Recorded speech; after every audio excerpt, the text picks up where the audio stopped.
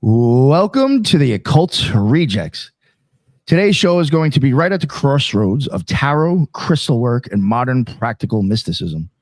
We're talking about how symbols, stones, intuition, and ritual can function together as one language, not just as separate tools on a shelf, but as a living system people actually use for healing, insight, and spiritual practice, not just cosplay and clicks on Instagram.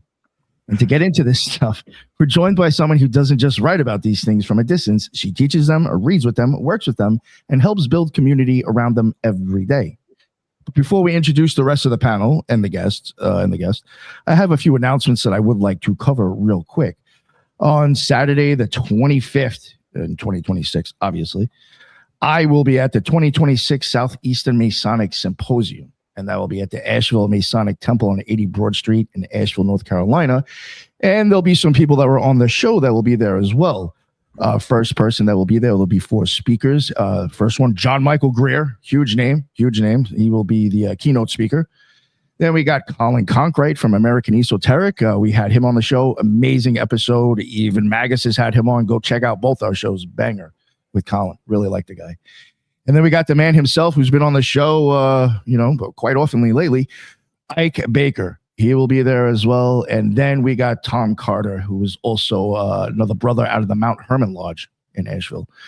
So check it out if you want. Go down there. I'll be there. You can hang out, smoke one, whatever. I might be filming a little bit, but I'll definitely be able to hang out after the fact. So check it out if you want. And also just a quick reminder as well, we do have a website, occultresearchinstitute.org. And if you're into reading, there's tons of stuff on there. And we also do have 2 t-shirts available. They are on the site under the merch tab. So before we get into the guests, let me just introduce the other rejects. Judith the Loon, what is going on? How are you? Hi, thank you for having me. Welcome, Dina. And you could find me on YouTube and on X as the Loon and catch my weekly brunch every Sunday. Yes. Thank you very much, Judith. Appreciate you making it. And we got my man, Brandon, Magus in the Media. What is going on, sir? How are you? What's up, Nick? I'm great. Wonderful to be here. Wonderful to see Dina. I have no idea who she is. I've looked up some of her stuff. It's going to be interesting. We're going to chat. It's going to be great.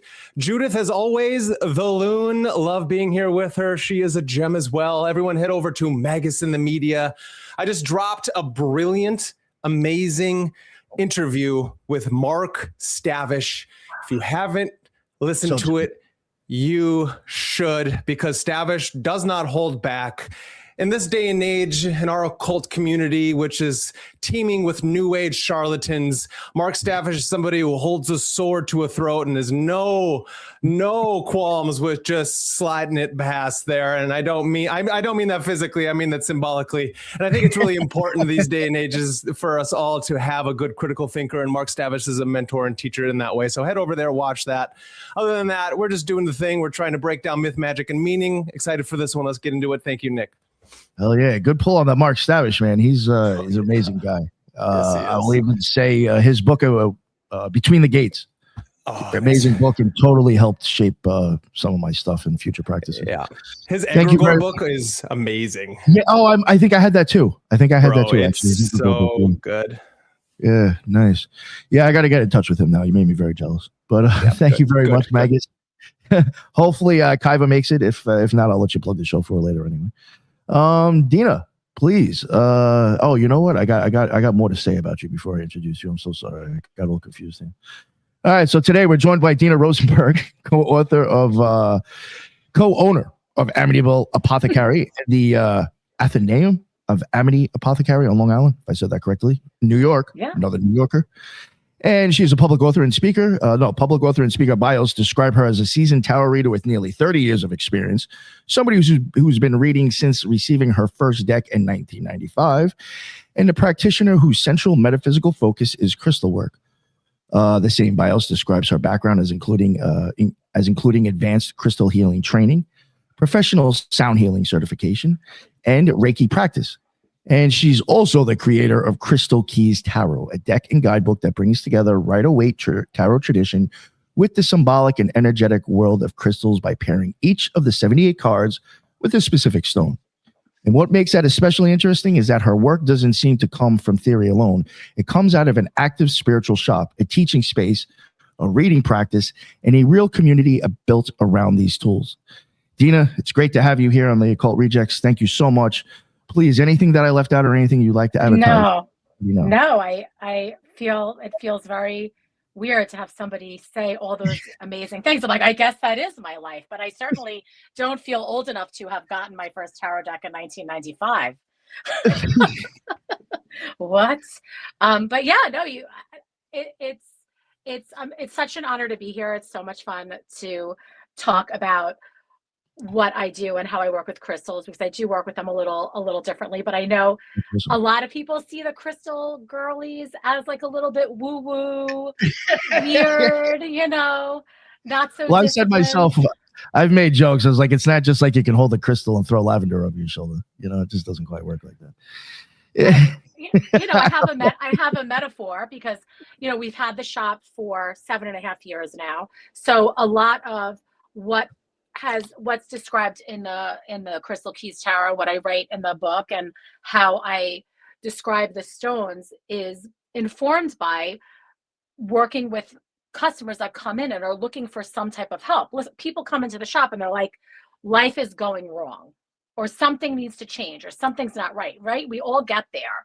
And they are buying all different crystals, amethyst and, peridot and black tourmaline and obsidian. And then they, all of a sudden, like, they'll open their eyes one day and they have they're surrounded by rocks. They have all these rocks in their house. They're like, well, what the hell do I do with it now? And I always say, you don't go to Home Depot and buy some 2x4s and get some nails and a screw gun, put it all in the corner of your house and say, where the hell is my new deck? You need to know how to use the tools. You need to know. Yeah, you need to know how to work them. So that's sort of where I help bridge the gap with people, if you will. Thinking about that, like how, how you used other people's, information. I guess if I owned one of those shops, I'd probably use that as like a data place, like a data mining center. Mm-hmm. I'd be asking so many questions and jotting down stuff. That is really interesting. The thought of being able to, even if somebody was telling me they're having a bad situation, I'd even be like, well, what kind of herbs and crystals are you working with now? So I could write that down to see if anybody else had that same concoction and they're like, well, my life's turned into shit. Maybe it's something, I don't, you know what I'm getting at? I did have a teacher that basically said that we're scientists of our own experiences, but feelings and emotions count. So that's the way I've always approached the work that we've led at Amityville Apothecary, as well as my own personal work. I mean, the tarot deck took me 4 years, so it wasn't something that came just out of the blue. It was an arduous undertaking, honestly. Yeah. Did you have what you said 1995 was you got your first tarot deck? Were you out of high school yet? I was in college. Oh, okay. All right. Okay. Yeah, I was in college. So my first tarot deck was, I have to set the scene. It was the 90s.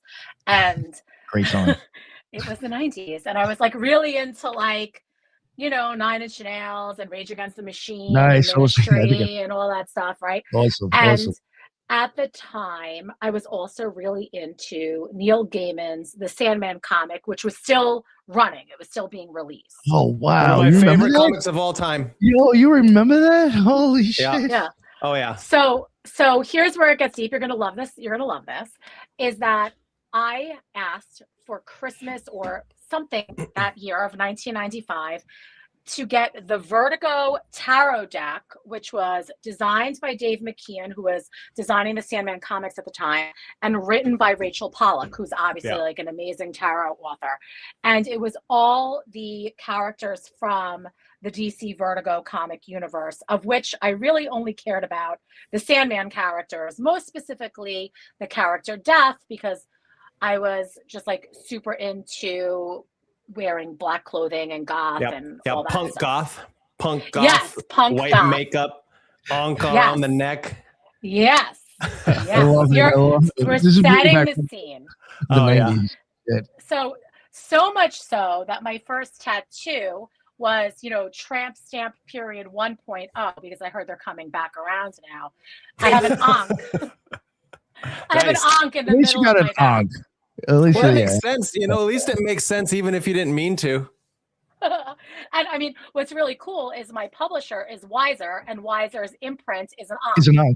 Yeah. Oh yeah. There you go. Yeah. See, look at that. So- You knew then. Look at that. Look at that. And obviously, they publish Rachel Pollack's great works, 78 Degrees of Wisdom and Walk Through the Forest of Souls. So I'm in good company. I guess somebody else liked that deck too.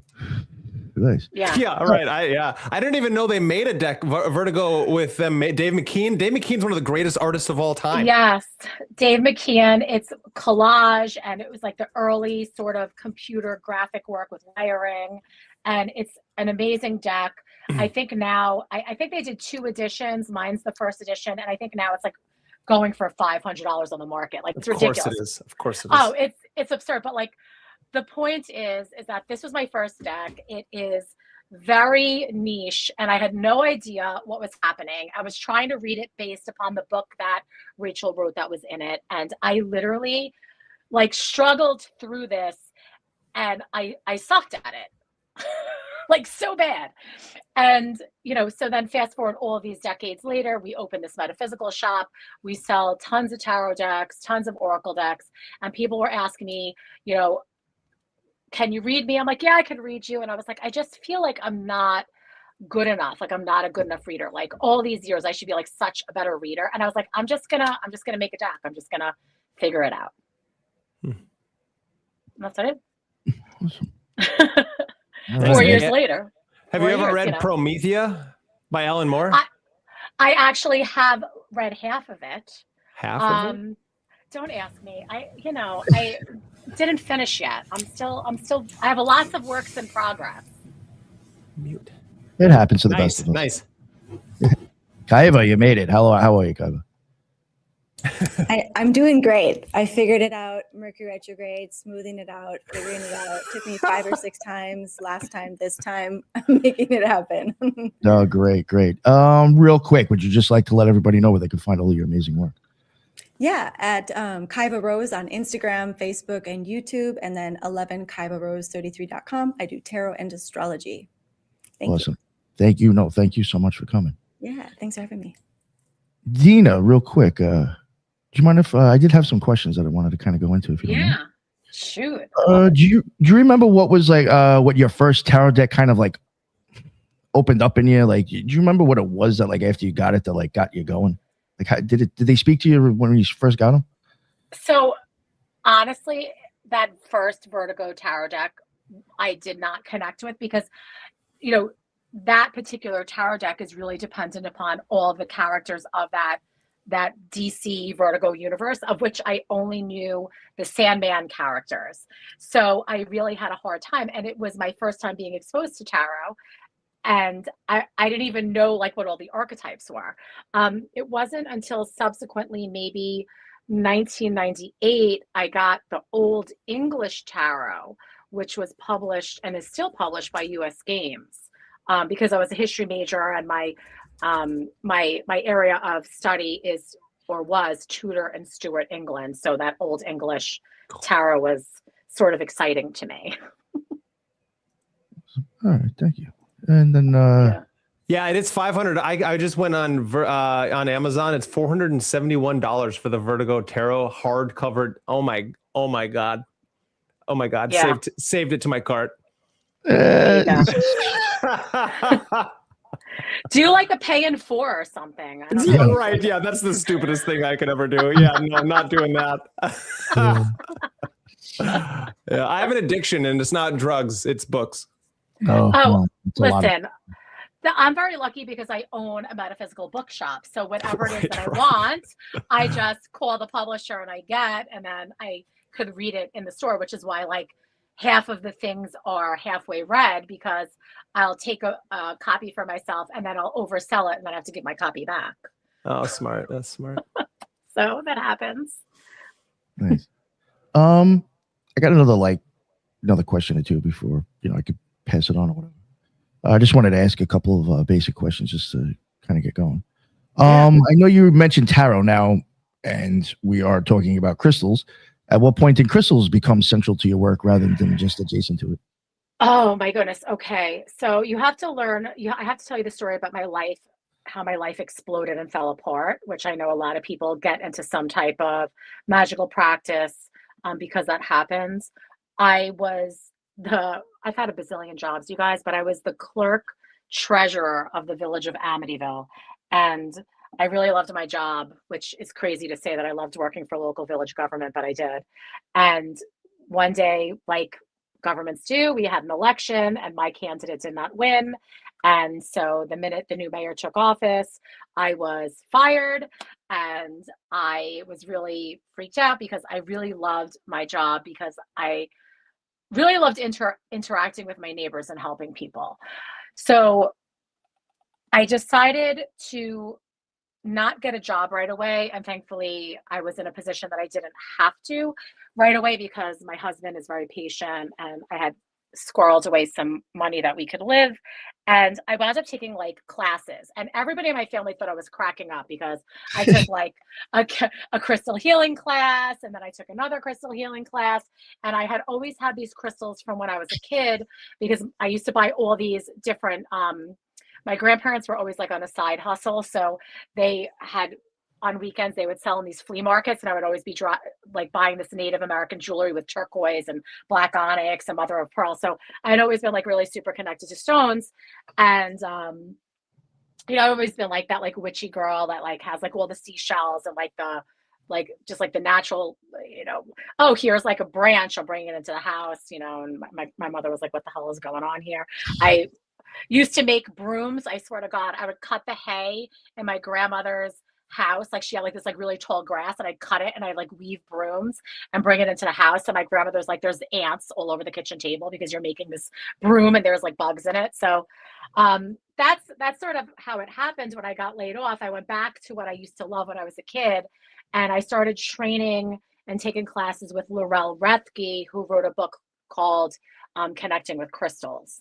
And that's sort of how it started because I'm a Libra with a with a Leo moon, and they're shiny and pretty, and I like beautiful things. So that's sort of how crystals started taking over my life.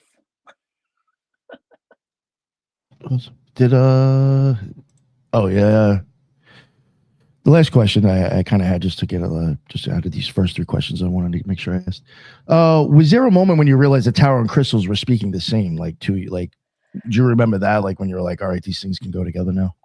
Yeah. So I had a moment where I was in the shower and I was, I have kids and a crazy life. So like the shower is like one of those places Time where to like, think. nope. Yeah, it's where I'm thinking. And like, it's my like private, like 1 minute a day where it's like super private. And I got this epiphany that Moldavite was the same energy as the Tower card. Because at the time is when like Moldavite was really trending on social media and everybody was asking for it. I was like, it's like a very similar energy. And then I became like super intrigued to how would I match different crystal energies with specific tarot archetypes.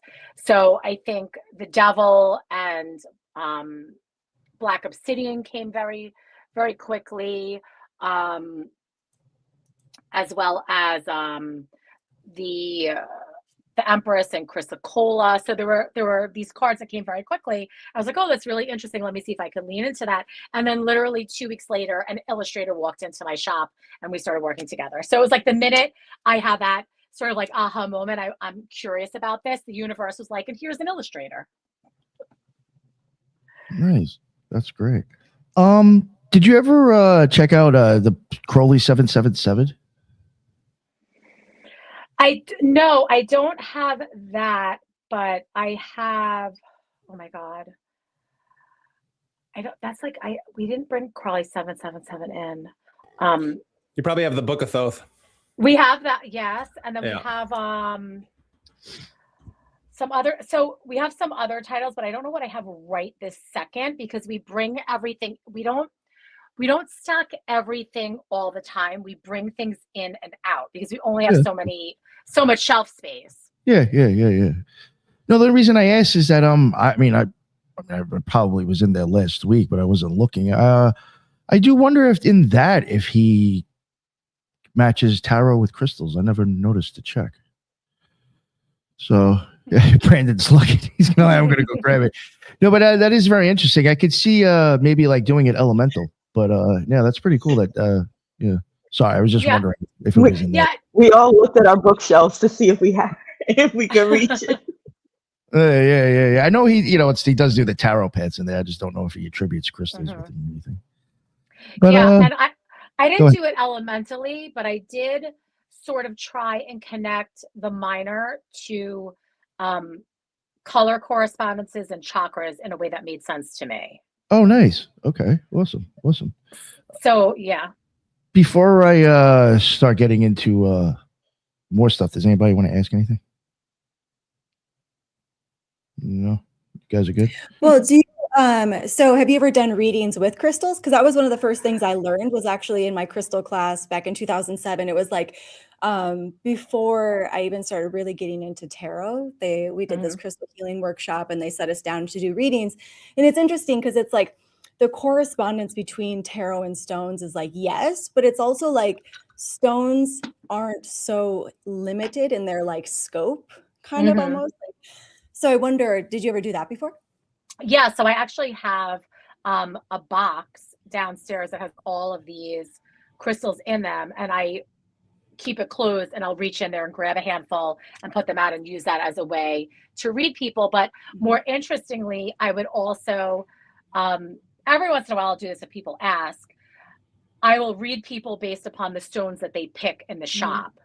Yeah. So, yeah. So, for me, it's a little bit of a cheat, honestly, because if you see, thousands of people a year, which I do, not reading thousands of people, you're like seeing them at the shop and like interacting with them and answering their questions about stones and moving all these crystals, you start to like learn like off of people's energies, like where they are and what they're vibrating at. And you can sort of like intuitively figure out like if they're picking out something and then you're like feeling their energy, why they're grabbing or gravitating to that particular stone. So after a while, it becomes like a very easy read that feels almost cheating. Yeah, no, and I agree with that because it's interesting. I used to do readings at a crystal rock shop, and so there would be people, and they want something to take home to like work through whatever that reading is giving them, and so I often would suggest a stone, and then they would go out and find those stones and they would have good experiences with them. So it's almost like they go together as like I don't want to say like medicine, but it's a cure. It's something that can help people through their situations. So it is interesting to have the two things in one place. I love that. Yeah, I think, because stones are a three-dimensional object and they're tactile, it becomes like a touchstone for somebody that they could like externalize what they're working through in a way, and then the crystal energy sort of supports that. That's really interesting. Not that I was pointing out crystals, but there's even stuff that I was working on where going by, I was trying to prove the point that I think certain architecture or religious places can do stuff to you. It's built to actually affect.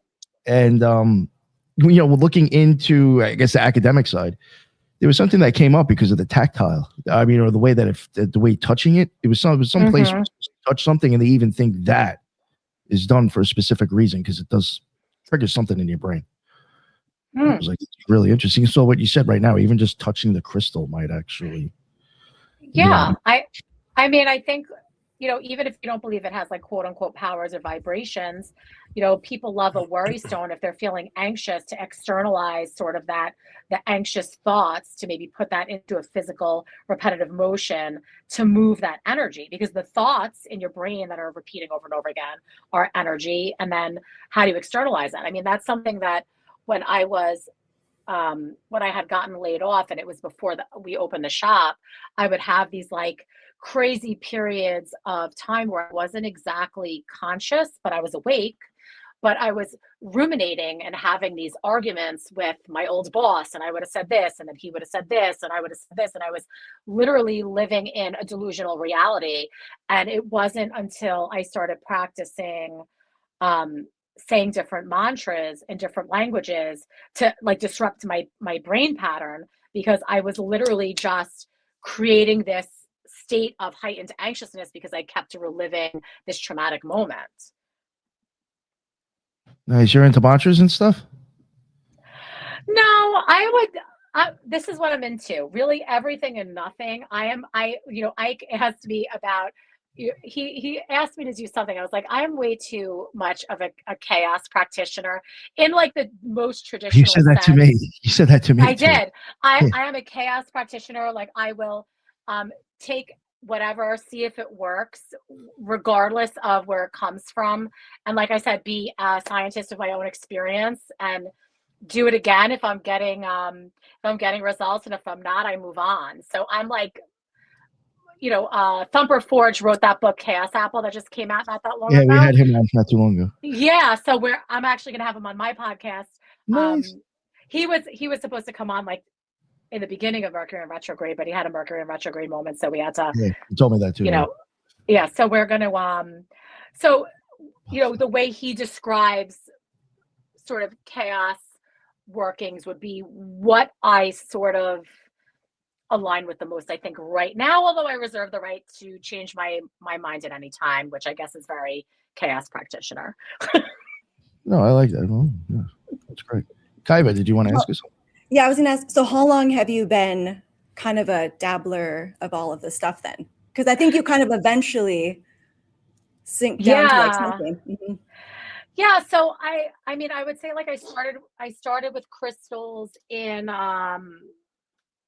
well, I got my first tarot deck in 1995, then I got my second tarot deck in like in 1998 or something like that. But that was like before really the internet, before Al Gore invented the internet, so he said. And you know, and there weren't like stores on every corner where you could just like go and grab a tarot book, and it certainly wasn't in the library, and I certainly didn't have like any family members that I could be like, hey, you have any books on tarot? And so what happened was I wound up just like being completely and overly intimidated with the Celtic cross spread, and it was just like too much. And like I think also at the age that I was at, some of the questions it was asking me were just like way over my head to even try and connect like the tarot archetypes with like what it was asking me to look into. And so I sort of put that down for a while, and I did like a lot of life stuff. And then I want to say I probably like came back into crystals in 2014, around 2014, and then we opened the shop in 2018. But I was doing like crystal healing work and working with teachers one-on-one before the shop was opened. Yeah. Anybody else have any other questions? I do have a quick question because you said you work with Reiki. Like, are you a Reiki master or? No, I'm a Reiki level 2 practitioner. Honestly, I've never been called to go any further with that modality. And it's like no shade to Reiki. I think it's a beautiful practice for those that have the discipline. I think, unfortunately, maybe it's just 21st century life or culture, but everybody wants to like get every certification known to man in like 13 seconds. And like, I've been sitting at Reiki 2 for a really long time. I feel like with what I'm doing with that, coupled with the sounds that I learned from Satya Bhatt, I think is his last name. He's based in India, and he comes to America every so often to teach with the crystal healing. I put all three of those modalities together, along with pendulum work, in a way that's sort of intuitive to me, although I teach other people how to do it, and I quote unquote certify people out of the shop. And I'm not saying like quote unquote to be snarky, as much as anybody that's a human being could certify anybody else in anything that's magic or spiritual. It's like all sort of like you have to own it for yourself, and I'm just like passing the knowledge along. But if like a certificate to hang on your wall makes you feel good about yourself, I guess go off. The reason why I asked that was because I was wondering, did you ever put any thought about putting an oracle together along those lines? An oracle deck? Are you feeling a little psychic at the moment? Because that's what I'm working on. Nice. Okay. Yes, because there's 78 cards in a tarot deck, and I left off a lot of my crystal friends that unfortunately didn't make the cut. And the way I channeled the I really channeled the stones with the card meaning. I didn't like start with a master list and then like start like connecting the dots. Like I have all these, here's these 78 crystals and I want to like match them. I didn't do that. I just sat with each card and then I sort of sat on the archetype and channeled like what stone sort of wanted to work with that card and that archetype. So a lot of my very good friends wound up, which are crystals, wound up getting left off. So Oracle deck it is. For sure. And maybe like a little friendlier too, because some people are a little bit intimidated by tarot, at least some of the people that come into my store. They get like a little bit afraid of 78 cards, and forget it if you're reading reversals, and that's a lot. Yeah, I was actually just going to ask you, I'm going to be honest with you. I love tarot and I love Hermetic Kabbalah and all those things. My cynicism and for Oracle cards is high. So, yeah, I'm right there with you, dude. I'm right there with you. Okay. So I was asking like, so then give me the pitch. So it's okay. Because you have to understand that I'm also coming at it from the perspective of somebody that sells Oracle decks. So I see a lot of Oracle decks, right? So it's sort of different for me because I have a lot of this sort of institutional research because I'm always seeing these things, and I am not. You probably have more tarot decks than I do, even though I own a store. I'm not a collector of decks. I have like a handful, really maybe like 3 that I work with, my own, because now I have to do that. Smith Waite, and then indie deck called Way Home, and those are the 3 that I like the best. Oracle decks I find hard because like maybe you could use it as a way to clarify against a tarot card if you need to, and that's the way I traditionally work with them. And that's what the Oracle deck would really be, a way to use it as a clarifier against tarot if you need to go a little bit deeper, or you want to broaden it maybe. But also it would be imperative that the Oracle deck would be something that you could get a reading out of. And I think a lot of times Oracle decks you can't read with, you could just get an affirmation for the day. Like really it's more like affirmational, or like more like this is the energy of the day, but you're not like getting super deep into it, you know?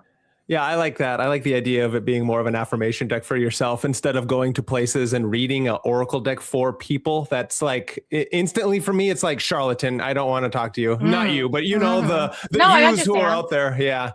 Yeah. It's just such an interesting, because I think that everything has a pattern when it comes to those levels of not even just divination, but how we understand the human psyche in the world. Obviously tarot, obviously astrology, and then you get the I Ching, and these 3 I think are the creme de la creme of trying to understand our place in the world. And so it's just such a fascinating thing with our age with these things. Yeah, I would agree with you. I think that, I have a reader that works at the shop that works with tarot, and she works with an Oracle deck that really is just pictures that I find very interesting, because she's psychic medium, and so she uses the pictures to create symbolic connections with the information that she gets from crossed over loved ones. So like she like pairs these sort of like images as a way to lean into that, and she also does like automatic writing when she's reading, which I find is very interesting. So yeah, I've seen like many different reading styles, but I'm right there with you. I love tarot as a way of figuring out what the hell is going on with myself, honestly.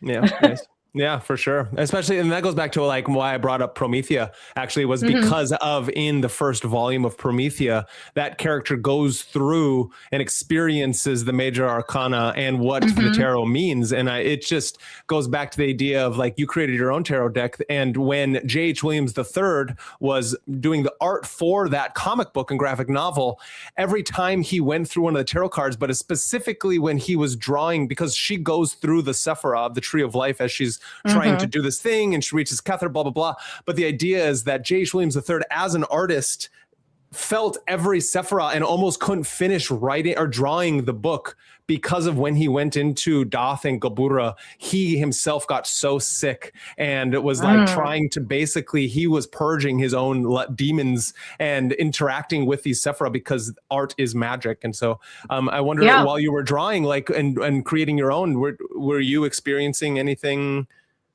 that was strange? Not so similar, but it was really interesting the way once the deck got picked up by Weiser, I was on a deadline and then I really had to get to it. And it was interesting the way it lined up because as you know, I already said, like, I'm pretty chaotic. I don't do things in order, and I didn't write the book in order. I didn't, start from the Fool and go all the way to the end of the deck. I went all over the place. So there were times when I was writing a specific card and it would like perfectly line up with like what was on the news or what was happening in the world or what was happening in my family or what was happening in my life. So that was very strange. And in the book, you'll find a lot of anecdotal stories of that experience. As I was trying to, write my understanding of what this specific archetype is, how I was relating it to the world around me or like what had happened in my life. So that was sort of interesting, but there are no coincidences, I don't think. Yeah, I agree. Coincidence control center is on high these days. So we just got to make sure we understand exactly what it is. Exactly. Yeah, that's good.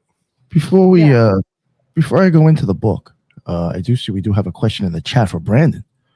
So does Brandon not believe it? So I just want to read it so the listeners can hear it too. So does Brandon not believe in intuitive abilities and using any type of medium to tap in? Just curious. That's a good question. I believe in intuitive abilities, yes. Do I believe in using any type of medium to tap into that? No, I do not. I believe that if you pick up a pencil, you can use a pencil for many things. Writing is the best application for using a pencil. And so it's very similar with other things, architecture, utility, everything has its higher frequencies or lower frequencies. Tarot decks, astrology, and the I Ching are tapped into a golden thread of human consciousness that perfectly aligns with the human nervous system and how that human nervous system interacts with reason and then the imagination. And the imagination is what then takes us into the higher levels of our spirituality and the phantasmagoria of experiencing higher states. And so I believe that there are better ways to do that than others. That's my answer. Very well said, sir. I like how you keep mentioning nervous system. I heard you mention that one other time. Have you checked out the Magical Herb series that I was doing? I've listened to a little bit of it. Yes, I have. Yeah. Yeah. It does touch on what the cranial nerves and stuff. I'm actually, Dina, you might be interested. I'm going to start recording it in a few weeks. I'll be doing the same thing with the crystals, how the colors of the crystals, of the piezoelectricity, and how it affects your cranial nerves and all that. Yeah, absolutely. I mean, yeah, it might be interesting. I'll let you know once I finally drop it. But yeah, that's awesome. Yeah, and the reason I use the nervous system so much is just because on my own path, I was deeply influenced by Robert Anton Wilson, Timothy Leary, and John C. Lilly and their work with the human biocomputer and the 8 circuits of consciousness. So mix that understanding of how our human nervous system brain interaction with reality is basically how we experience the world. You interact that with the embodiment practices of martial arts, and then everything else starts to kind of fall into place. And what I believe is that the ancients, all the way through the Hermetics, the Hermeticists, personally, but all mages, magi's, and mystics, we're using the nervous system you fine tune the nervous system so you can experience different realities of this magical world that we're in. So. I even think not to get too far off of it because I'm huge into physiology, and then we'll get back into the test. But my opinion, I even think our nervous system is actually the angels because it sends messages throughout your whole body. I love that. Yeah, okay, I mean, we should do a whole show on that, Nick. There's tons of stuff that I attribute to the nervous system, the eyeball, the brain, even the lymphatic nervous system. If you start looking at the lymphatic nervous system, you're like, wow, that's the green man. Well, I'll have to show it to you. Yeah, let's do that. We're gonna do a show on that. Okay, back to Dina. Sorry. There was that one question set it all What is the core philosophy behind Crystal Keys Tarot? I think you might have kind of said it in so many words, but Well, you don't want honestly, it's about like understanding yourself and why you do the things you do, or why to. certain people trigger you, or why you keep finding yourself in the same style of relationship or friendship. And it's through that lens, and then working with the energies of the crystals to sort of either disrupt those patterns or strengthen patterns. That's sort of the philosophy. I hate when people ask me to do a reading and they're asking about somebody else, like or they come into the shop and they're like, how do I block somebody's negativity? I'm like, well, how do you make yourself stronger so somebody else's actions don't bother you? Like, I'd rather much be concerned with what you're doing for yourself than a constant looking at the external world and pointing fingers and blame. I like that. It's much more of an alchemical, magical thing, in my opinion. Anyway. Yeah, if I had the patience and the attention span, Yeah. it'd be awesome. One thing I want to ask, it was just a question now that I just thought of because of what you said. Would you suggest that if people like, let's even say what you're doing here, the crystals and the tarot, would you suggest people should have their own shit straight before they start doing it for others? Listen, I think a lot of times, I don't think we ever have our shit straight. No, well, you know what I real, mean, right? though. You know. Like we're never like exactly like, if somebody says like how healed and how great and how perfect they are, like it's like instantaneous friggin' red flag, right? Like, I'm sorry. Do I think that people have a tendency to want to like either live in the rescue fantasy or focus on other people so they don't have to pay attention to their own shit. I don't necessarily think that's like a quote unquote bad thing. I think it's like a very human thing that human beings do, that they'd rather, I'd rather talk about everybody else's problems than sort of wallow on my own. I mean, that's terrible. So much easier. Hell yeah. Like, let's just keep working and keep running. No problem. But I do think that there are, ethics and responsibilities when you're giving readings to another person. I have had many customers come to the shop and ask questions that I was actually doing free readings at my brother's bar in Farmingdale. He does like a witchy Wednesday in October. And we're reading and the lady's like, so am I getting a divorce? And I said, how the hell? I'm like, what the hell are you asking me that? You're in the relationship. You're asking me if you're going to get a divorce? Well, you could be like, if you want to, just tell them. Like, I'm like, it seems like a very, interesting thing to ask a stranger. Yeah. So for me, I'm not interested in that type of stuff. And I don't think, again, I would redirect the question to, what's going on in your life where you feel that the relationship you're in is mirroring something that you need to work through. And then, is the person's, do you feel like they're supporting that, or are you being communicative about your needs? I don't know. There's so many ways you can go. Yeah.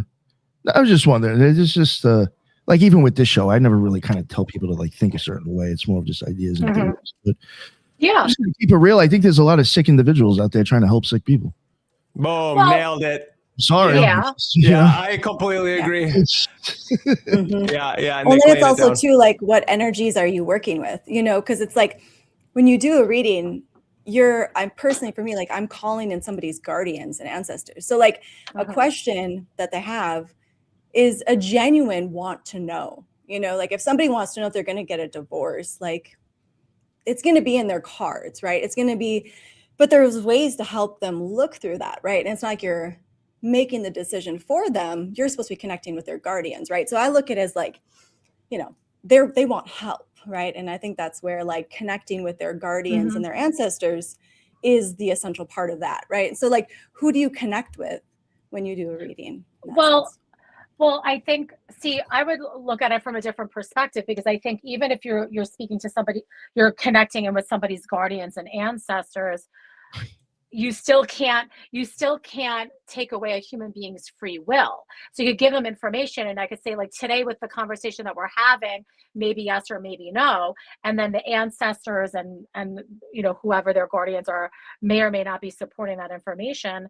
But ultimately, if the person's like, you know what, screw this, I'm really going to work on my relationship because this was like a wake-up call and I don't want this, then they could change the course just from that reading. Because in my opinion, when you're reading tarot cards for somebody, you're reading the energy that they're currently in. So if they come in pissed off at the world, you're going to get more of that energy. Because I think about, we do an event called Alchemy Academy, where we bring in all different authors from across different traditions and different paths. So that it's sort of neat. And last one we did, Mitch Horowitz presented at the last one we did, and then the one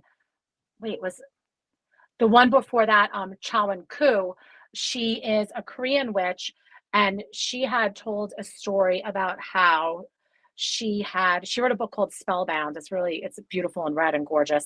And she had done a story about how every time before she does magic, and she does a lot of work with the planet Jupiter, that she always does divination around it. And she does divination for herself. And then she had sought out these highly regarded Korean practitioners to give her fortune for the year.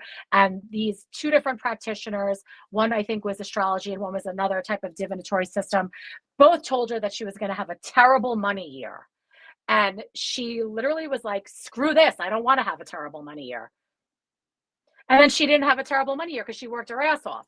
So, were the diviners off, or were they reading the energy that she was in? And then when she got the kick in the ass, the energy shifted. That's really interesting way to look at it too. Oh. I don't know. Just something to think about. Yeah. Yeah. It's always like tarot, we get to see the future of the situation, right? So it's like, if you continue on this path, that's where you're going, right? So it's like, is the divorce good? Well, let's see what the future has. Let's see what you're feeling in all these different areas of your life, right? So it's like, you get to see the future. That's why I always tell people, like, if you want this, like, this is what will come, but you can change it, because karma's like it's like an imprint, right? It can, or tarot's like karma. It can change. So I get really... Sorry, go ahead, Dina. Sorry, I got really bratty because I won't necessarily ever paint anything as good or bad, because what's good or bad is through the lens of the person that's perceiving it. All perspective too. Yeah. So like, and this probably is why I don't read tarot professionally at the shop, and I have readers that work for me, because I would probably be sitting with somebody talking in circles all day.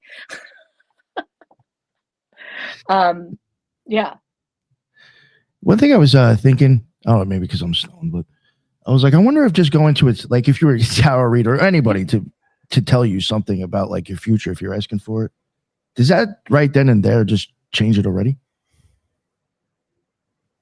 You know what I'm saying? So. Like even in your mind now, since you know it's a possibility and it happens, when it does happen, does it even affect you differently mentally now?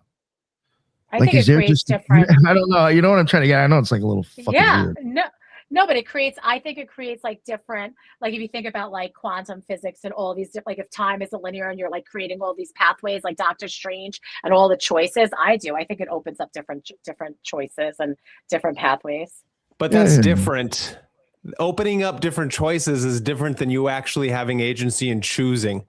And so I think when we break down the understanding of, you can get a reading and you can be told exactly how to rule your life, but magic, and it goes back to, everyone should watch my Mark Stavish talk, because he plainly states how magic is almost worthless unless you are actually doing the transformative work.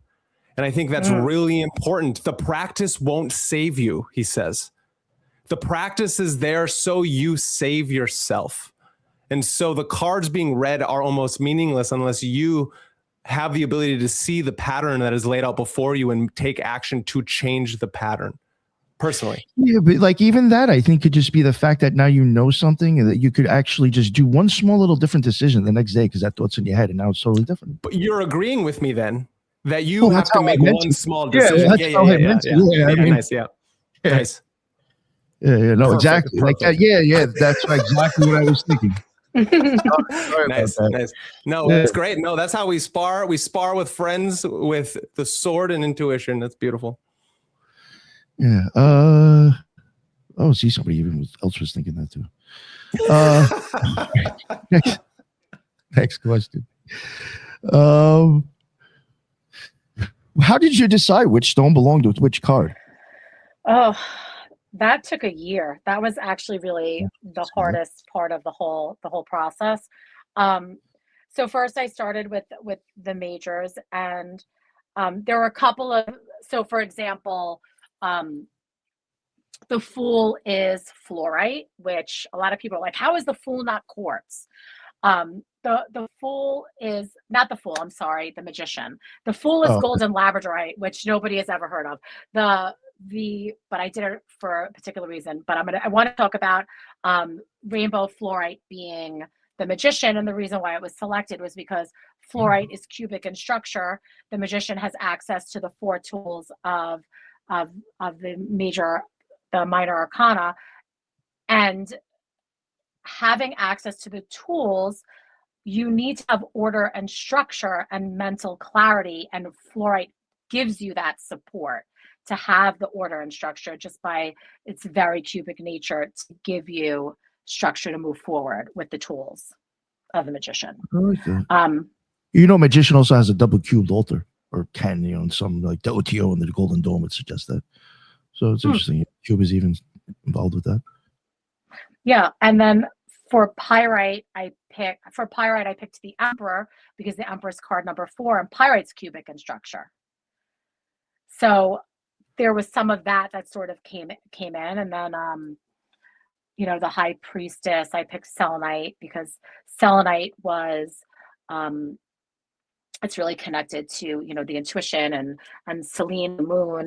So I thought that was an interesting association. So that's sort of the way I leaned into it, but I think it got more difficult for like the swords were really hard, because a lot of the swords is like really challenging aspects that we go through, but crystals don't create challenge. They are sort of the antidote to the challenge. So in a lot of ways I would work with that, where like thinking about like the 9 of swords and anxiousness, what would be the crystal that I would work with as a balm to anxiousness would be howlite. So howlite was selected for that. Thank you. So yeah. Man, I already forgot. You mentioned which one was associated with the Magician again? So the Magician is rainbow fluorite. Is it actually? It's going to be a stupid question. Is there actually a rainbow in it? Rainbow. Okay, so the reason. Well, I know it's you never know. I mean. So fluorite actually, in its perfect crystalline form, is colorless, and then there are all these different minerals that give it color, and it comes in a wide variety of colors. So it comes in magenta and yellow and blue and green and purple and clear, and so the way the card is depicted, it has all the 4 tools of the tarot in like a color, in a sort of color. So the cups has pink fluorite, and the pentacle has green fluorite. So it sort of does that, but it you can get one piece of fluorite that has all colors in it. It depends upon which part of the world the fluorite is being sourced from. So rainbow fluorite from China, you'll see layers of like green and blue and pink and purple. It's very pretty. I like the idea of the rainbow because like that far up on top of like, I guess, the tree, that would already be in the abyss. And people have mentioned like a rainbow bridge. I've had experiences with seeing kind of rainbow style spirals. So I thought that was interesting when you said that. And even the minerals in it. I mean, I gotta check these out. It's really interesting how like when you said that stone to me, like I don't know, like I already see stuff with it associated from my experience with the cult. That's cool. That's interesting. Wow. All right. Yeah. Pretty cool.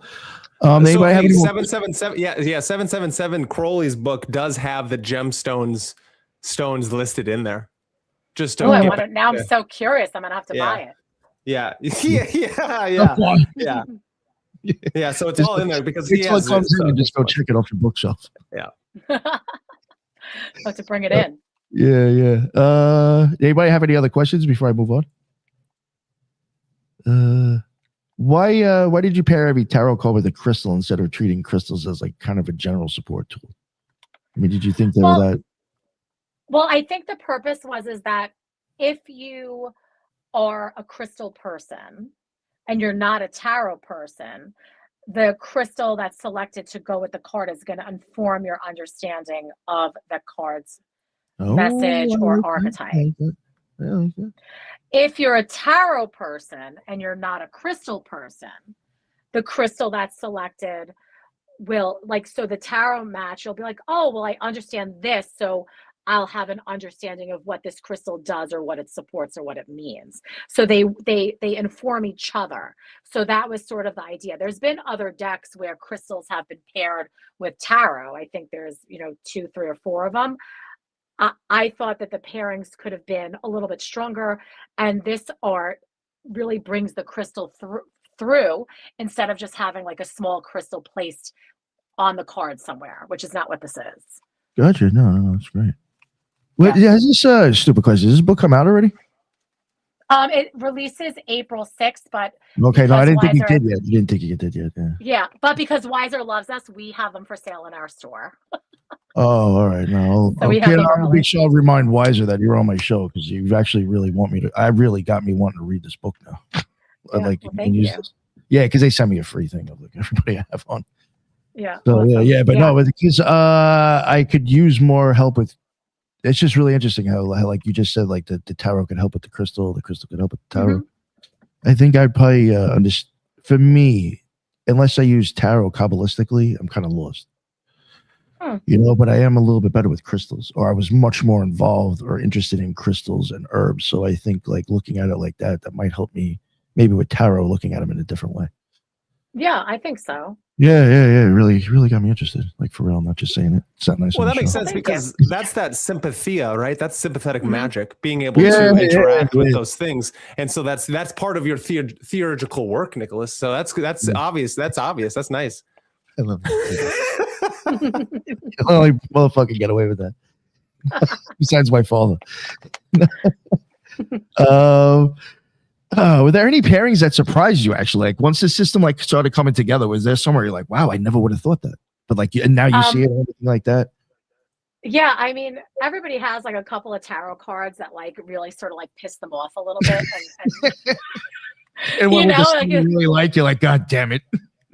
Well, the last cards to get crystals were Temperance and Judgment. I have like a terrible relationship with both of them at the current moment. Although I'm getting better with Temperance, which you would think as a Libra I should like Temperance a lot more, but she just gets on my nerves. But Temperance wound up being smoky quartz, which sort of happened because I got to the end of all my pairing and Temperance was still sort of hanging out, as was Judgment. And I realized I didn't have smoky quartz anywhere on the deck, and Temperance was going to be Danbarite at the very beginning, which is like a beautiful angelic stone, but it was very hard for the illustrator to work with because it's very clear. So she couldn't get photos to layer, and it was giving her a real hard time. And I was like, well, I guess, Danbarite really said, screw you, I don't want to be in the deck. And then it was going to be Galena, but I just thought Galena was way too heavy because Galena is a lead-based mineral. And so it ended up being smoky quartz, which I think is like really beautiful because when you think of, the word temper, which is in Temperance, smoky quartz sort of does that for us because it sort of tempers our energy for us because it grounds and creates a circuit with the earth. So I thought that was interesting the way that sort of came about. It's interesting, yeah. No, thank you. Anybody have any other questions? I am curious. What did you pair Justice with? Justice. Okay, so Justice is blue kyanite. Oh. And blue kyanite is an aligning stone. So the way the card is set up is the kyanite, there's a sword, like the sword of justice is in the middle and the two scales span it. And the whole card is blue kyanite. Blue kyanite's an aligning, and the way that I read justice, and I want to say I learned this from one of Rachel Pollack's book. It's more about doing yourself or doing the situation justice than actual justice. So I was thinking about, my mom is a singer. She's a professional musician. And you think about like when she teaches somebody a song and they're singing it, you'll say, did you do that song justice? And so I thought about what that saying meant about doing something justice. And then how do we reflect that on ourselves and our own life? Because a lot of times when we're coming to tarot cards, we're asking a question from the perspective of like, for example, like, am I going to get a divorce, or does this person like me, or am I going to be getting this job? And then from the perspective of the current, depending upon the cards that are laid out, like, are you doing yourself justice? Is this connecting to your life's path, or like the way you see your life even unfolding? If you could decide, if you waved a magic wand over your life and you can, this is how I would dress and this is what I would look at without having fear of judgment or repercussion from my peers, I think that's doing yourself justice and like living honestly without being scared. And that's what I think blue kyanite brings, because it almost like aligns your spirit in a way. I like that. I really like that stone, actually. I owned one of those. It's a very beautiful stone. Thank you. Yeah. Nice. Yeah, I told you I was big into, believe it or not, I was actually big into crystals. Listen, I think a lot of people get into crystals and then they maybe like, again, like I think like the crystal community is seen as like more like woo-woo than serious. And for a long time, I had a hard time connecting. Like I said, I have all these stones. What am I supposed to do with them now? And that's why I teach people how to lay stones on the body and combine it with the energy work of their understanding or even sound to help clear or balance or energize, the different energy centers of our body. Yeah. I used to even use a lot of them just for ritualistic work, like depending on like, well, if I was looking at even if I was doing planetary magic, I might look at the element and still use like the stone to represent that element, or if it was associated with the planet. Sometimes certain stones or crystals associated with gods or goddesses. Yeah. Well, and it's not crazy. We're all using them right now. That's how we're talking long distance. And so it's so wild that it gets, it's the whole idea of throwing the baby out with the bathwater on these things.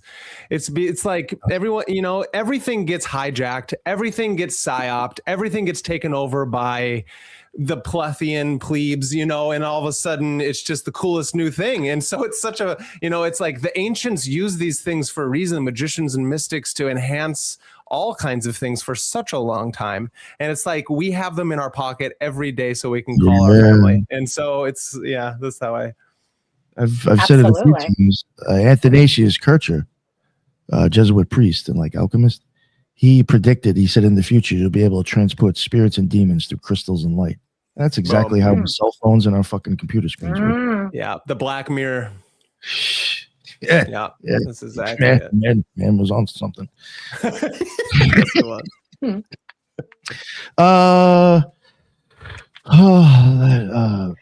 What? I mean, you kind of said this already, but what does crystal correspondence unlock in a card people might miss in a standard tarot reading?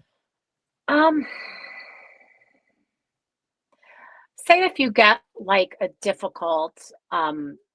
more difficult reading in terms of like, maybe it's bringing up something heavy, and because not every reading is going to say like you're going to win, like everything's going to be fine as roses. Like you might have some different, like some like challenging relational issues coming up or something going on. So the crystals can almost give you energetic support with whatever it is that you have to face as you're moving forward post reading.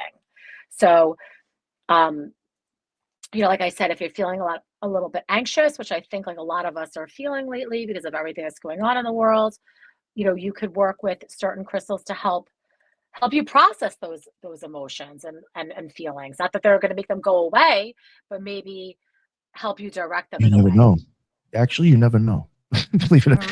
That was one of the things that, to get back to my herbs thing, is that, believe it or not, when I was covering that stuff, if you realize like what these things will do by inhaling them when you burn them or use their oil, it's going to have side effects that odds are probably 80% of the people that are using it are going to think the spell worked. Because it's going to calm down your anxiety. It's going to take this away, going to take that away, and you're going to walk away thinking, oh, I feel great.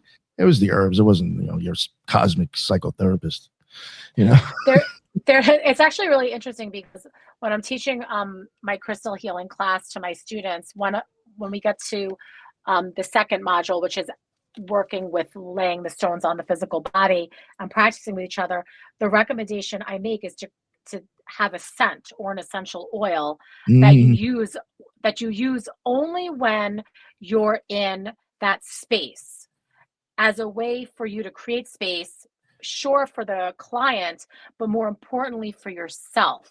So that smell is only associated when you're in sacred space. And so your spirit and your body and your mind can lock and drop in and then do what it needs to do. Yes, I got to send you a copy of my PDF. I'll send you all the herbs and you'll know exactly Awesome. which ones to use. Thank you. I love that. That's great. And that goes along with the idea of like, go back to what you're saying, Nick, with the sacred architecture and how important it is that in these sacred sites and churches and all the things we do, they use scents, right? They use frankincense and myrrh as they're walking around. They use sounds, and then they use the phenomenological experience with the architecture as such. Yes. And inside these really great old sacred buildings, inside the brick itself, they would have copper wires. So then all of those things would resonate at such a frequency that you would then have a mystical experience. Like, between the herbs, the architecture, and all that stuff, your vagus nerve would be getting hit by like 2 or 3 different areas. And that's exactly it. That's exactly it. And then all of a sudden your consciousness is fine tuning, and you're now amongst the gods. When we took over the second floor of our shop, because we had the first floor, then we took over the second floor, and then we wound up taking over the whole building. The first thing we did on the second floor, which I think you'll find really interesting, is we had one of my teachers come in, and he makes these triangles that have copper on the inside, and they're painted with a white paint that has selenite ground into them. And what he does is he puts a triangle in every single corner of the ceiling to take away the 90-degree angle, because he says that 90-degree angles hold positive ions. So what happens is that when like the electrons spin, and I'm trying to like explain this, but he is the real expert that did this. But when the positive ions come off of like everything that's plugged in, the ions sort of like get in the corner, and then it like makes you feel sick. And plus we have this giant 5G tower behind the shop. So what he did was he took all the 90-degree angles away. So if you look and you go into our shop and you look upstairs, there's no 90-degree corners in the ceiling. Everything is taken out with a copper triangle with white, like on a white selenite triangle.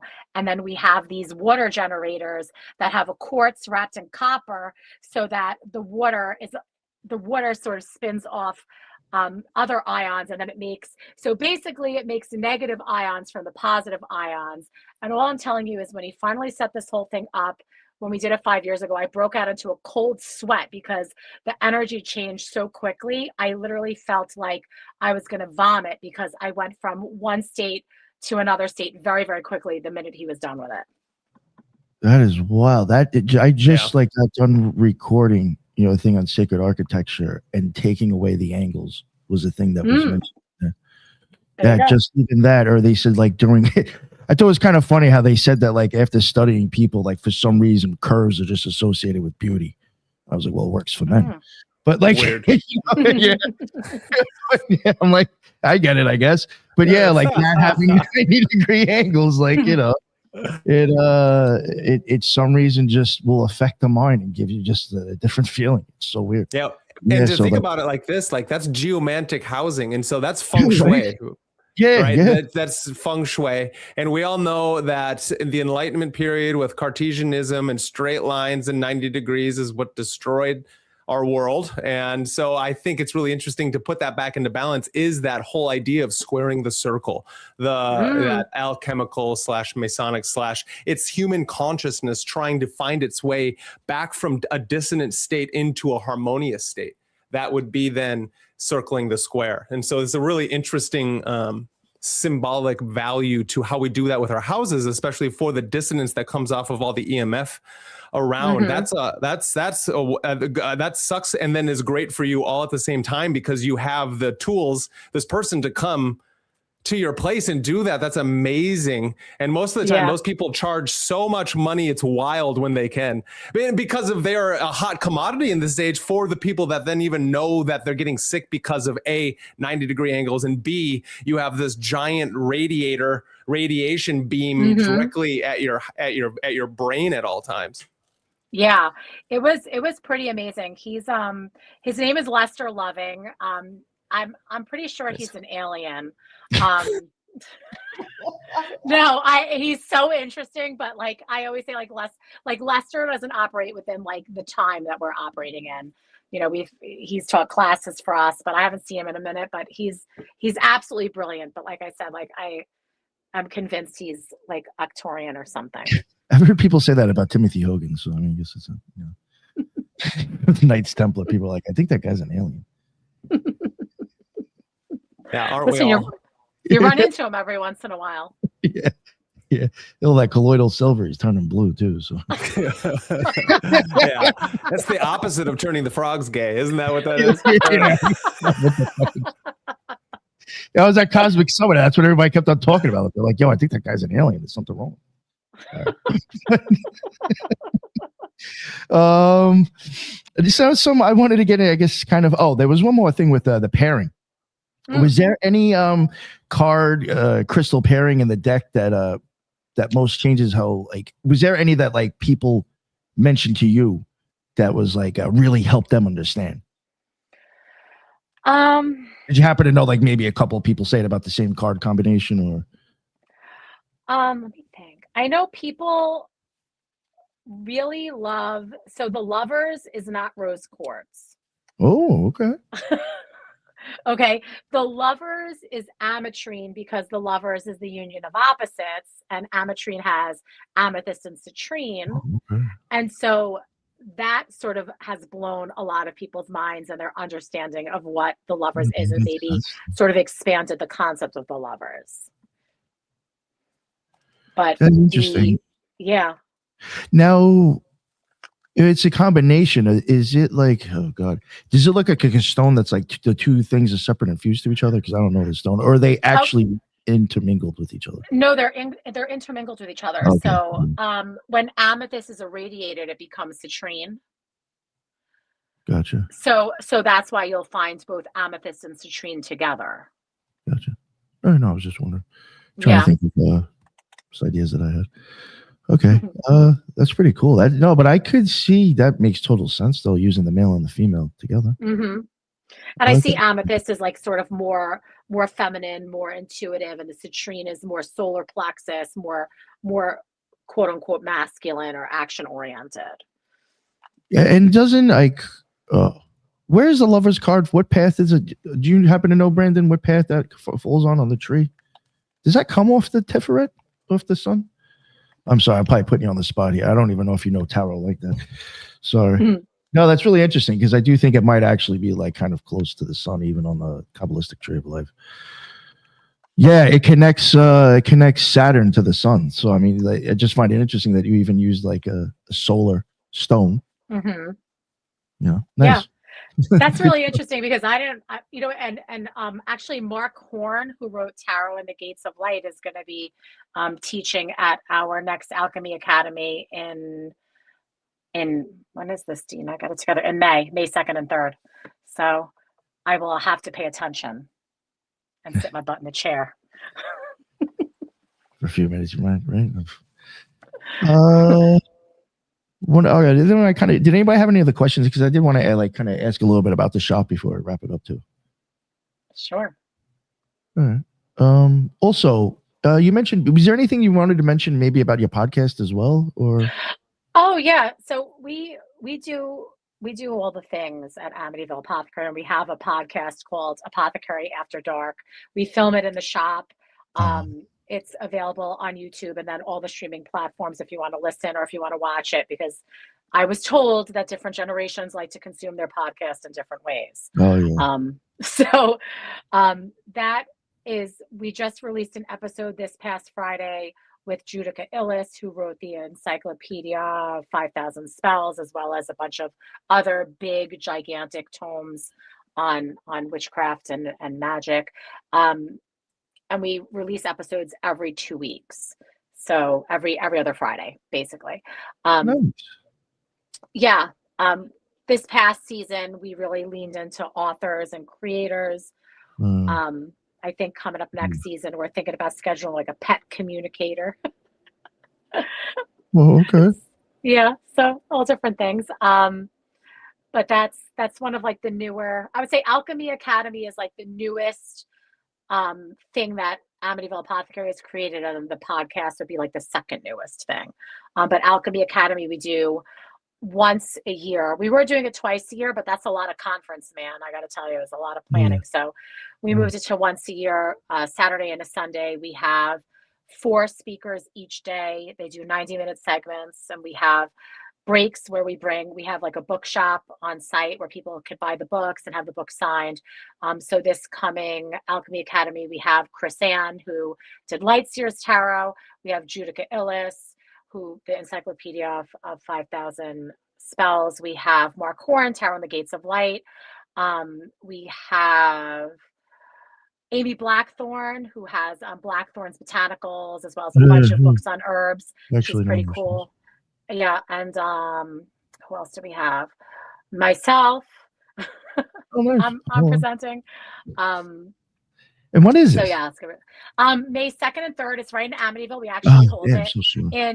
in the Masonic Temple. Shit. Yeah, so right. It's about 500 feet away from the shop. There's like a hall. The temple's upstairs, and we have the hall downstairs, and that's where we have our presenters. And it's really cool because we cap it at 100 people. So the community is really, really tight. People that attend can interact with the authors and ask questions. The authors hang around the whole time. It's not like they're just at the dais and you can't approach them. They're learning and interacting with the attendees. So it's a really beautiful community. Nice, that's great. Do you normally like rent out booths for people for like you know what I mean? So we don't, because we don't. It's not a big space, unfortunately, and we were really sort of toying with the idea of having it in a proper hotel room, not a hotel room, in a hotel with like a conference center. But that would then put the event far away from the shop itself. So we decided to keep it, super close to the shop. No, I was just, if you had booths, I would have rented one next one. All right. I'll see what I could do. The last weekend of April 2027 is the next one. Oh yeah, not bad. Yeah. Right around my birthday. Maybe I'll come back out there. There you go. Yeah, come visit. Yeah. Does anybody have any questions before I go on to the store now? Kind of. What has the shop, like being there? Have you noticed, like, is there a trend of what people are kind of spiritually hungry for right now? Yeah. So in the beginning, it was like crystals. Now it's all spellcraft. It's very spellcraft heavy. A lot of folk magic, folk practitioners, candle magic. We sell a lot of herbs. We pack herbs on site. Oh, cool. That's awesome. Nice. Yeah. My business partner's daughter is actually going to a school up in New Paltz for herbalism. She's finishing out her 2nd semester, so she's our little herbalist in training. A lot of people have been really interested in understanding their ancestry and what particular energies, gods or spirits or practices are born from their ancestry and those traditions. So we have a lot of books, and then the products to support on all different magics, like Slavic magic or ATRs, so yeah, very interesting. Nice. That is interesting to see how. I don't know. I do find that interesting. Like with the crystal work, I would think people would more and less probably be trying to change something within themselves, and then the spell work seems to be I'm focused on changing things around me. It's an interesting. Yes. Yes. Yeah. I mean, yes and no. Yes and no. Right. So, I guess therein lies the difference. Is that spell work is sort of like an outer directed energy to affect what's going on around you. The crystals would crystals to sort of balance your own self. I would say yes. However, there are spells that we do that are directed to ourselves. That's towards ourselves. No, I get that. Yeah. Although I am not beyond throwing down a cow tongue if somebody pisses me off. No, I wasn't knocking. I wasn't, I was just interested. I found that Have interesting. you ever eaten the cow tongue? I don't think you can actually do spells with cow tongues unless you've eaten one. Yeah, I mean, when I used to live in You've Jersey never had City, one? No way that I've had. No, it's delicious. When I used to live in Jersey City, there was a really great taco shop where they were from Mexico City, and their tacos were killer. Their beef tongue taco is insane. Oh yeah, isn't it crazy? I'm from like Redneckville, Midwest, and so there's a slight like difference. But I've had, it wasn't a taco, but damn it, it was okay. Cow tongue is so gross. I had it with like peanut sauce because it was like Ecuadorian. It was so gross because they didn't cook it right. So it was like chewy. It was like chewy tongue that was chewy. It was so gross. All right. Yeah, I'll tell you, it makes a pretty good base for a spell. I'll tell you that though. Well, there you go. That it does. So you do spells with a cow tongue? Absolutely. I mean, only if shit's really going down, because they're like $60. Right. Oh, right. Magic. Where do you get your cow tongues from though? Are they ethically sourced, or like are they from a cow? Like what sort of energy are you bringing with just any old cow? You know what I mean? Like the supermarket on Long Island, actually. It's not the same cow that existed back in ancient times where they were like roaming, right? These are like cows that I don't know. I wonder. I mean, I would dare say that would probably add to the spell of the cow tongue. Definitely. Is it a Holstein? Is it a heifer? Does it produce chocolate milk? I don't know. That's you get like a red heifer, you didn't even know the motherfucker does. Listen. Yeah, if it happens, it happens. I'm totally with you there, Dina. Listen, if you got to do one of those in the summer and you're leaving that stuff out, if you're leaving that tongue out for a couple of days, that sucks. That's how like that's like a price to pay because it's gonna stink. Ooh, yeah. Well, then almost it's better to put the cow tongue underneath your enemy's bed, kind of like in Pan's Labyrinth, where instead of it healing the girl, it actually makes them sicker and sicker depending upon what's going on with the cow. That's my. Nice. What? Okay, so wait. I hope my sister never listens to this show because one time my sister accidentally found herself in like this like crazy cult where like she like believed this guy was like the end time prophet of the Messiah, and she wound up like running away with this guy and getting baptized in a hotel pool in Connecticut, and then she was like busting all of our balls like for months and months about how the world was going to end. And then my brother basically said to her, if the world doesn't end, I am taking a shit and I'm putting it under your bed. And that's literally what the cow tongue under the bed story reminded me of. Because that is awesome. Nice. That is great. Yeah. That sounds like something a Long Islander would say, actually.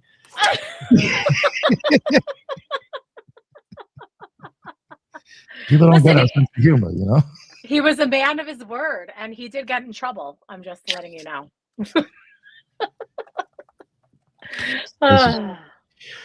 With your store, how do you make a space? How do you make your store kind of feel like welcoming for like the beginners and the experienced? Oh, that was like actually really important for us because I don't know how many times I've walked into like a witch store or a metaphysical shop, and like you get like that stare down, like, what do you know? I'm going to, like clock you at the door.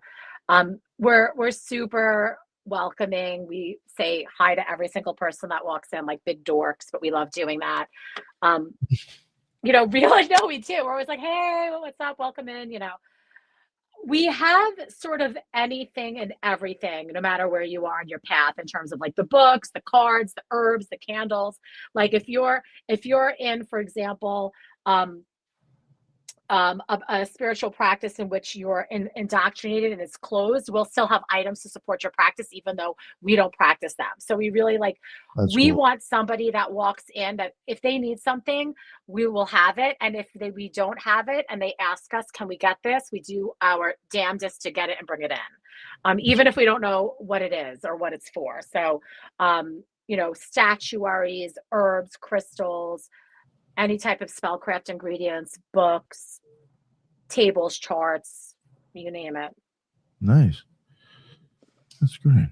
And also having like a wide variety of practitioners. We're not a coven. We always just say like we're a bunch of practitioners that are neurodivergent that practice next to each other for nervous system regulation. Nice. I like that. Well, I think if you want to have a successful shop, I think you need to at least have stuff for all sorts of people. But absolutely. But I mean, I have gone to some though where you could definitely tell they kind of cater to certain things. And you're like, we didn't want to be like that. And we also have all different people too, like different ages, all different paths, all different walks of life. Like you're not going to find like everybody that looks like me or looks like, we're all different. And it's amazing. Even the readers that work, they're all different. Yeah. Well, it's Michael Jordan said it best, right? That both parties buy shoes. Right. I think that's really important in this day and age to understand that like a business, you got to cater to all. Yeah. I mean, we have a preference and we have, of course, like we do, and we're, we'll meet people where they are and we try to lead by the example that we think is the best one to set, which is like a little bit of kick ass and a lot of it of snark. Yeah. It's important. It's definitely important, especially in this community. Yeah, for sure. When it comes to being part of the community, that was actually my next question. What do you think the community is towards you that a book couldn't do alone? Wait, say that question one more time. What have you like learned through the community that you couldn't have really gotten through a book alone? Is there anything like that you could see? Oh, I mean, how to dress a really killer cow tongue. Bring it back to the cow tongue. That's something you don't learn in a book. I mean, have somebody show you how to do that. Honestly, I learn better in person. One with somebody talking. I did really great in college and in graduate school because of that. I'm really good in the classroom. I'm pretty terrible like distance learning or self-directed. Like I said, I have a lot of half finished books unless you give me a deadline, I think honestly, hearing people's stories and how their practices have shaped them and affected their lives, I think is something when you're hearing it in person and you could sense the energy off them is way different than reading it in a book. And just, having a customer come in and have a bad day or have something that's like really going wrong and just being there to listen and just honor where they are. I mean, I know that's like not a magical practice, but it feels pretty magical to be able to see people. Yeah, no, I know what you mean by that. I mean, that was like the reason I joined the OTOs because I wanted to be around people that I could learn from or just actually be involved in like these rituals to know exactly how they're supposed to be done. Yeah. No, that's, I mean, I guess even for me, kind of like joining the OTO was to get what I wasn't getting from just reading a book. So, yeah. I have a couple more if you don't mind, but it was kind of like not at all. All right. Well, another one before we get into these closing ones. How do you keep yourself and work grounded while like dealing with all this? You know what I'm saying? Oh my goodness. Okay. I'm gonna tell you people. I honestly just keep my heart open and let everything move through. And I know like a lot of people are like, that is crazy. But I have a saying that I say that, you know, the heart sort of leads the way. And if you close it around, if you close it in when you're feeling sort of like energy that you don't prefer, you might accidentally close and take some of that energy in. So in my practice, I try to be open, like open windows and let things sort of flow through me. And when it feels a certain type of way where I might not prefer it, I just sort of have some conscious awareness over it and sort of say, this is not of me and it's not for me. And it's just passing through like a fart in a car. I'm going to roll down the windows. All right. Okay. You know, I mean, that's probably the best way to, I mean, I'm just going to keep it real. It's probably the best way to deal with it, considering there's also monetary value to you. If you're a complete bitch or an asshole, nobody's going to come to the store. Well, absolutely. And it's just like a lot of energy. And sometimes you're seeing people that like, there's something going on is the point. Like I always like tell people, like, if they're coming to like get a spell done or a reading, or they're buying crystals, like a lot of the stuff that they've already gone to hasn't exactly worked. So it's if they come to you and they're not already a practitioner, they could be confused. They could be in an emotional state where they're sensitive. So it's just to try and remain as open as possible. But listen, sometimes I'm a human being too. And sometimes I get overwhelmed, and I have a really great practice where I am pretty much most times consciously aware of the thoughts that are going through my head. And when I could feel and sense that I'm getting overwhelmed, I could sort of like bring myself back down. But you know, also holding a smoky quartz to my heart sort of works too. To ground for sure. Nice. Thank you. Did anybody have any You're questions welcome. before I ask these last couple of them? What do you hope someone understands about themselves after working with Crystal Keys Tarot? That you are the common denominator of your life's experiences. That, you know, if you find yourself coming to these same circumstances all the time, or attracting these same people all the time, or having, you know, like you seem like you're on this merry-go-round, what is it in you that you can change or address? That's really the lens in which the book to the deck is written. It's really a tool of self-awareness and self-understanding. I like that. After all these years in work, what still feels mysterious to you? What still feels mysterious to me?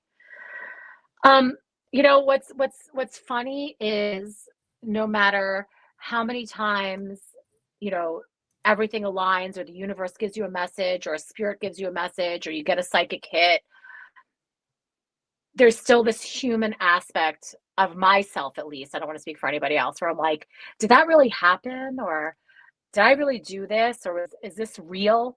And then understanding how sometimes I get, you know, the intuitive hits I get, or the information that I get, or the channels that I get, or like, you know, you're talking about like your body and your sympathetic system, like when you get all the chills up and down your body, why that happens at certain points in time. Like that is a huge mystery and of interest to me.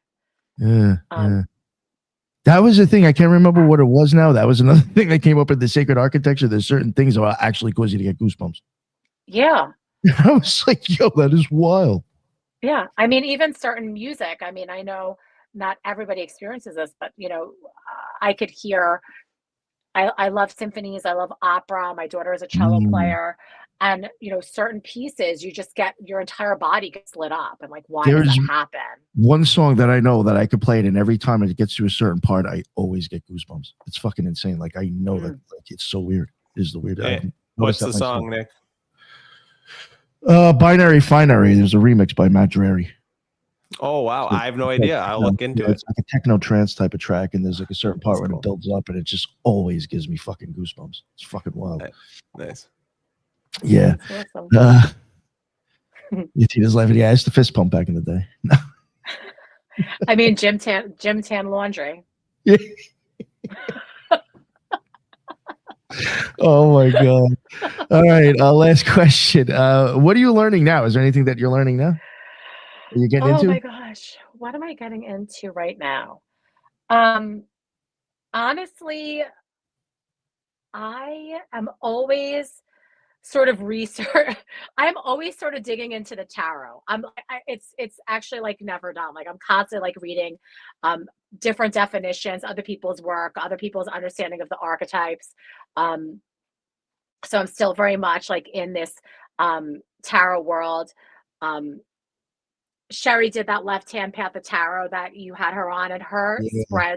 her spreads in the back are killer. Like Oh, she has really? some Okay, nice. oh my God. Her spreads in the back. She has these great shadow work spread prompts. They are absolutely killer. I am so obsessed with them. I've been pulling those a lot. Nice. That's cool stuff. Yeah, so yeah, I really, and like I said, like we see a lot of books, and I'm like, oh, it's another, whatever. Her book stopped me in my tracks. I really, Antonio Pagliarulo, who is also a wiser author, has a book coming out on saint magic and saint folk magic, and I love saints, and I love saint magic. Like I'm an Italian Long Island Catholic girl. Give me a I was Blessed going to ask you Mother. if you were Italian. That's so funny. I Mhm. was going to ask. I was like, yo, this chick's Italian. Give me a saint. Give me an icon. I love it. So super into that. So I'm excited to see his work. But I collect religious artifacts and different saints. So that's something that I'm super into all the time. Nice.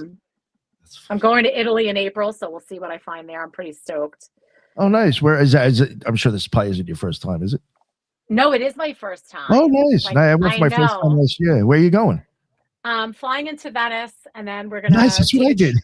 Yeah, we're gonna take a train to Florence, then we're gonna take a train to Rome, and then we're gonna fly back home from Rome. See, that's where I screwed up. I went from Venice to Rome and never stopped at Florence. Fucking shit. Yeah, I'm pretty excited. I'm going with my mother. My mother wants to be able to do these things before she gets to a point where she can't do these things. So we're gonna do a girls trip. Hell yeah. And last year I went to Scotland and Ireland for the first time. Oh, wow. Nice. And Scotland was amazing. But it's interesting because we did touch upon the feeling and the resonance and the energy in places. And I don't know if it's like my Catholic upbringing or what, but I will tell you the difference between walking into a Church of England church in Edinburgh and a Catholic cathedral. The church in Edinburgh, I was like, I got nothing in here. I don't see any saints, and I don't feel any. I really didn't feel anything at all. But I could walk into maybe it's the juxtaposition of the smells and the architecture. But I walk into a cathedral and I'm like, and I'm lit up, and I don't even practice anymore. It's crazy. That's nice. That's awesome. Yeah. Well, good luck with Italy, man. Thank you. I'm so Oh, psyched. yeah. No, that's great. I want to go back too. It's awesome. It's beautiful. Yo, you know what's crazy there too? Yo, you will never the food is so completely different. You will never once feel bloated and like shit. It's all of Europe. There's, I was there's things that you'll be like, wow, I can't even get the same shit because that chemical's illegal. Like their Powerades look different because I don't think they could put aspartame in it. Yeah. So they almost look like they kind of have a thickness to it because I think they actually do use some real shit to flavor it. Yeah, and then no glyphosates. They don't have Monsanto. Yeah. They can't put any of that in there, which is slowly killing us all. Yeah, no, I definitely noticed the food difference. I found that I wasn't as thirsty when I'm in Europe. Like I'm not as thirsty. I don't have to drink as much water because I don't think because our bodies are processing all these chemicals that are in our food, so we're drinking all this water. That's true too. Yeah, that's true. It's crazy. Nice. All right. So if anybody else has any questions, I'm done. So I guess we could probably let Dina go here. All right. Dina, thank you so much. That was a blast. I really had a great. Oh my gosh. Well, thank you so much for inviting me. It was amazing. It was so nice talking to all of you guys. I really appreciate it. Hell yeah. Before we let you plug everything again, we'll have them let everybody know where they can find them. Judith the Loon, please let everybody know where they can find all your amazing stuff. You can find me on YouTube and on X as the Loon. Dina, it's a pleasure. I do plan a trip out there once I could get a ride. So hopefully I get to meet you in person. Oh, that'd be awesome. That'd be cool. Take the railroad, and I'll pick you up from the train. That'd be awesome. Yeah, because we're right on the Babylon line. So come on Oh out yeah, and come hang. that's right. Yeah. There's the train. That's right. Yeah. Yeah, Nice. train. Judith, did you mention your channel? Oh, no? Okay. Sorry. Just making sure. Brandon, please go ahead, sir. Yo, awesome to talk to you, Dina, and meet you. It was a pleasure, and I hope we get to chat again someday. Yeah, everyone just go over to Magus in the Media on YouTube, like, subscribe, and share. Go to X, go to Instagram, go to TikTok, the Oracle-owned Israeli PSYOP. Make sure that you all just, we're trying to break free from the Matrix and the occult rejects. We do it one video at a time with all these beautiful heretic of heretics, the Gnostic Gnosisers themselves. So let's just all do it together and make sure that the system knows that we're all here. Thank you, Nick, as always. I love hanging with Judith and Kaiva, obviously. So this is what we're doing. Awesome. No, thank you so much, Brandon. Always appreciate you being here, sir. And Kaiva, please let everybody know where they can find all your amazing stuff as well. Yeah, thanks for having me on. And it was wonderful to chat with you, Dina. I appreciate all you're doing. I look forward to looking at your book and seeing how you have the crystals and the tarot paired. So I'm glad you're doing that. Thank you. And you can find me at Kaiva Rose on Instagram, Facebook, and YouTube. I do weekly astrology videos and I break them down daily as well. So thank you. Awesome. No, thank you. I appreciate you making it. And Dina, again, please let everybody know about your book, the podcast, and the store. Thank you so much for having me. It was a blast talking to all you guys. It was amazing. So the tarot deck is Crystal Keys Tarot. It's releasing April 6th. It's available everywhere books and decks are sold. My business is Amityville Apothecary, at Amityville Apothecary on TikTok as well as Instagram. We do a live sale every Friday night on Instagram at 8:30 p.m. Eastern Standard, where we show all of our new crystals. We give you a discount, all of our new books, give you a discount on that. We do giveaways and we laugh and we act like jerks for 3 hours. My personal Instagram is Dina L. Rosenberg. And the store website is shop.amityvilleapothecary.com. Awesome. Again, thank you so much for coming on. I had a blast. It was really great. And really, you got me really interested in this whole crystal and tarot thing. For real. I'm glad. Yeah. It really got piqued my interest with this stuff. Thank you, everybody in the live chat. That's what's up. I appreciate everybody's questions or their comments. And that's why we go live. And until the next one, everybody be well. Later.